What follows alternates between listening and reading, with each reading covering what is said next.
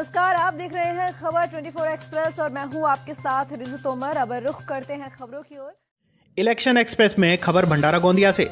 2014 के लोकसभा चुनावों में भंडारा गोंदिया सीट भाजपा के पक्ष में गई थी। यहां से नाना पटोले भाजपा के सांसद बने थे, लेकिन 3 साल बाद मतभेदों के चलते उन्होंने पार्टी से इस्तीफा दे दिया और नाना पटोले भाजपा छोड़ कांग्रेस में शामिल हो गए। इसके बाद इस सीट पर उपचुनाव हुआ। उपचुनाव से पहले नाना पटोले ने भाजपा को चुनौती दी थी कि इस सीट पर भाजपा का कोई भी बड़ा नेता खड़ा हो जाए, यहां तक कि स्वयं पीएम मोदी चुनाव लड़ लें और जीत कर दिखाएं। और हुआ भी यही। भाजपा को पछाड़ एनसीपी कांग्रेस के संयुक्त उम्मीदवार मधुर कुकड़े यहां से सांसद चुने गए। भंडारा गोंदिया लोकसभा सांसद मधुर कुकड़े से खास बातचीत की हमारे संवाददाता जितेंद्र पटले ने। देखें यह रिपोर्ट।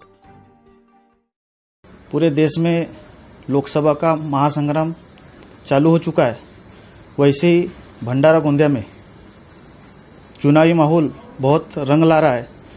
और आज हमारे साथ है भंडारा गोंदिया के राष्ट्रवादी के बड़े नेता और सांसद मधुकर राव कुकड़े, जिनसे हम आज गोंदिया भंडारा के लोकसभा चुनाव के ऊपर जो जिनका कैंडिडेट है नाना पंचबुधे, जिन्होंने राष्ट्रवादी से टिकट फाइनल करके चुनावी मैदान में खड़े हो चुके। लोगों का कहना था कि प्रफुल्ल भाई पटेल जो यहाँ के बड़े चेहरे हैं, उन्होंने चुनाव में खड़े होना चाहिए था, लेकिन जाने के बाद फिर नाना पंचबुधे को यहाँ का टिकट फाइनल होके आज यहाँ प्रचार की सभाएं शुरू हो चुकी है। और उसी संदर्भ में आज हम बात करेंगे यहाँ के भंडारा गोंदिया के सांसद मधुकर राव कुकड़े जी से। तो सर, मैं आपसे पूछना चाहूँगा कि गोंदिया भंडारा में राष्ट्रवादी से नाना पंचबुधे, भाजपा से सुनील मेंढे और यहाँ का एक अपक्ष बड़ा चेहरा जाने जाने वाला राजेंद्र पटले जो किसान गर्जना से खड़े हुए, तो आप इसमें अपना प्रतिद्वंदी किसे मानते? राष्ट्रीय कांग्रेस और कांग्रेस पार्टी अपना प्रतिद्वंदी भारतीय जनता पार्टी को मानती है। और इस लोकसभा चुनाव के अंदर में हमारे नेता आदरणीय प्रफुल्ल पटेल जी ने राज्य के पूर्व मंत्री नाना पंचबुधे को टिकट दी है। नाना पंचबुधे माला के अध्यक्ष रह चुके, पंचायत समिति सभापति रह चुके, जिला परिषद उपाध्यक्ष थे, जमीन से जुड़ा हुआ कार्य करता है। और पक्ष ने निर्णय लिया कि नाना पंचबुधे यह विजय हो जाएंगे, इसलिए पक्ष ने नाना पंचबुधे टिकट दिया है। और हमारी fight Bharatiya Janata party direct है। और इस चुनाव के अंदर में राष्ट्रवादी कांग्रेस 200% चुनाव जीतेंगी, ये मेरा विश्वास है। इसका रीजन ऐसा है कि पूरे 4 साल के अंदर में हमने राष्ट्रवादी कांग्रेस को घर घर पहुंचाया। मैं जब जिलाध्यक्ष था तब मैंने राष्ट्रवादी कांग्रेस पार्टी को हर घर में पहुंचाया। और 9 महीने कार्यकाल में पूरे लोकसभा के अंदर में 600 से ऊपर गाँवों को मेरी भेंट थी। हर व्यक्ति के सुख दुख में गया हूँ। जनमानस के अंदर में पूरी समस्या हमने दिल्ली की लोकसभा में मानने का सौभाग्य प्राप्त किया। हमने ओबीसी की बात हुई, ओबीसी के लिए इतनी सराहना हुई कि पूरे देश के लोगों ने मुझे सराहना की कि एकमात्र संसद है जिन्हें ओबीसी की बात की। तो अंतिम पड़ाव में जब लोकसभा का अंतिम सत्र चालू था फरवरी महीने में, हमने महात्मा गांधी के फोटो के ऊपर में 30 तारीख को सुभा पांडे नाम के महिला ने नकली गोली चलाई, उसमें लाल रंग डाला, उसे जला दिया गया। और 31 दिसंबर को माननीय राष्ट्रपति ने अपने पहले उद्बोधन कहा, हम महात्मा गांधी की 150वीं जयंती मना रहे हैं और देश ने महात्मा गांधी जयंती मनानी चाहिए, ये बात कही। मगर उस वक्त राष्ट्रपति मोदी ने ये नहीं कहा जिस सुभा पांडे ने 30 तारीख को जनवरी को एक दिन पूर्व महात्मा गांधी प्लस उसे निषेध भी नहीं किया। हमने 5 फरवरी को ये बात संसद में रखी और कहा कि माननीय मुख्यमंत्री, माननीय प्रधानमंत्री नरेंद्र मोदी जी और माननीय राजनाथ सिंह ने क्या किया। और आपके टीवी के माध्यम से बता रहा हूँ कि उस दिन शाम को 7 बजे करीबन सुभा पांडे को उत्तर प्रदेश पुलिस ने गिरफ्तार की। ये हमारी उपलब्धि है। उसी दिन हमने मांग की कि अलग विदर्भ राज्य की हमने मांग की थी। हमने अलग विदर्भ राज्य मांग किया। हमने कहा अगर सरकार अलग विदर्भ दे नहीं सकती है, हमें अलग विदर्भ के लिए पैकेज चाहिए। आज विदर्भ का विकास होना चाहिए तो अलग विदर्भ एक गरज है।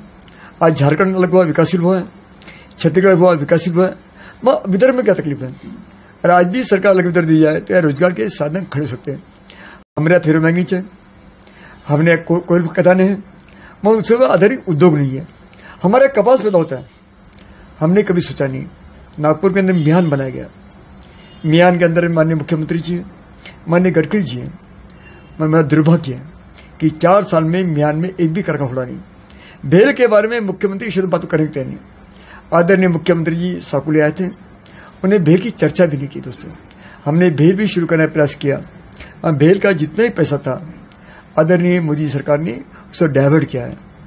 अगर सरकार बदलेंगी तो भेल बनेगा, और इसी बात के लिए हमने पूरी बात की और अंतिम बात की कि अयोध्या में राम। आप समझ रहे कि कांग्रेस, बीजेपी, भाजपा ने मैं जानना चाहूंगा कि भंडारा गोंदिया में क्या विकास रहा है?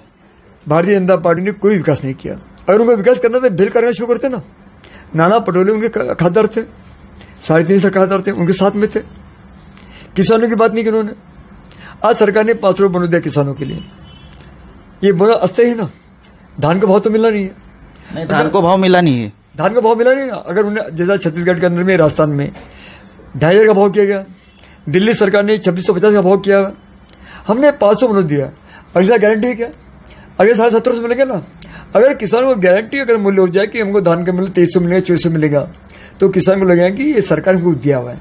अपने महाराष्ट्र में विरोधी पार्टी जो राष्ट्रवादी है, कांग्रेस है, इसकी क्या भूमिका रही है इसके बारे में? हमारी भूमिका है कि सरकार अगर आएंगी महाराष्ट्र के अंदर में, हम धान को 2,500 भाव देंगे। हम किसान को बिजली 16 घंटे देने का पूरा प्रयास करेंगे। आज किसानों को बिजली 8 घंटे मिल रही है। 24 घंटे के बाद इसलिए कर रहा है कि मैं झूठ बोलना नहीं चाहता, मगर 16 घंटे बिजली मिलेंगी और किसानों को हम बिजली के दाम कम करेंगे। आज किसानों की बिजली लेना करंट लगने जैसा है। एक तरफ तेलंगाना सरकार ने किसानों को राहत पहुंचाई है। आज तेलंगाना सरकार ने 10,000 रुपये प्रति एकड़ मदद की है। किसानों के लिए बिजली मुफ्त की 24 तास। जब तेलंगाना सरकार कर सकती है तो महाराष्ट्र सरकार क्यों नहीं कर सकती? ये सवाल मेरा सत्ताधारी पक्ष से है। और अभी किस मुद्दे को लेकर यहाँ राष्ट्रवादी के कैंडिडेट को चुनाव में लड़ने के लिए उतारा गया है, और क्या उद्देश्य रहेगा और क्या समस्या यहाँ की सुलझ पाएंगी? जिस उद्देश्य से आपने यहाँ का राष्ट्रवादी कैंडिडेट चुनाव में खड़ा किए, आपका क्या उद्देश्य रहेगा? हमारा पहला उद्देश्य है कि यह बेरोजगारी समस्या दूर हो। अगर केंद्र में सरकार बदलेंगी, हम प्रयास करेंगे कि भंडारा और गोंदिया जिले में नए उद्योग आ जाए। भेल अगर शुरू हो गया, भेल के माध्यम से 1000 से 2000 लोगों को काम मिलेगा। हमारा यही प्रयास रहेगा कि यहाँ पर सीमेंट प्लांट जो हमारा नियोजन था पहले, वो भी शुरू हो जाए। आदरणीय प्रभुभाई पटेल ने सीमेंट प्लांट बनाया था, मगर सरकार बदलने से यह सीमेंट का कार्य शुरू हुआ नहीं। क्या आपको लगता है यहाँ महाराष्ट्र में परिवर्तन होगा? महाराष्ट्र में 100% परिवर्तन होगा। महाराष्ट्र में कोई वैज्ञानिक जाने की जरूरत नहीं। महाराष्ट्र में सरकार बदलेंगे। यहाँ के लोगों में, जनमानस के अंदर में सरकार के खिलाफ में आक्रोश है। मैं अभी पूरे विदर्भ दौरा कर चुका हूँ। मैं अमरावती, अकोला, यवतमाल संसद में गया हूँ। मैंने लोग इनके खिलाफ हैं। लोगों को ये सरकार बदलने का निर्णय ले चुका है कि इन्होंने जो भी योजना की है, मैं आपके माध्यम से जनता को बताना चाहता हूँ। आज कैंसर हॉस्पिटल के लिए CSR फंड का पैसा वापरा गया नागपुर में। वही पैसा अगर मेडिकल में वापरते, मेयो में वापरते, तो जनमानस को अच्छी सुविधा मिलती है। आज सूर्य हॉस्पिटल है नागपुर में, हम क्या सुविधा उसको?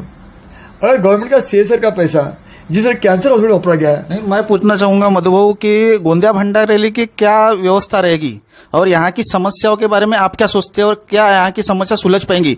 और मैं जानना चाहूंगा कि प्रफुल्ल भाई पटेल गोंदिया भंडारा से आखिर चुनाव क्यों नहीं लड़ रहे हैं और क्यों उन्होंने टिकट नाना पंचबुद्धि को दिए? इसका कारण क्या हो सकता है? देखिए, प्रफुल्ल पटेल क्यों नहीं लड़ सके, इनका कारण है कि 3 साल राज्यसभा में जगह है।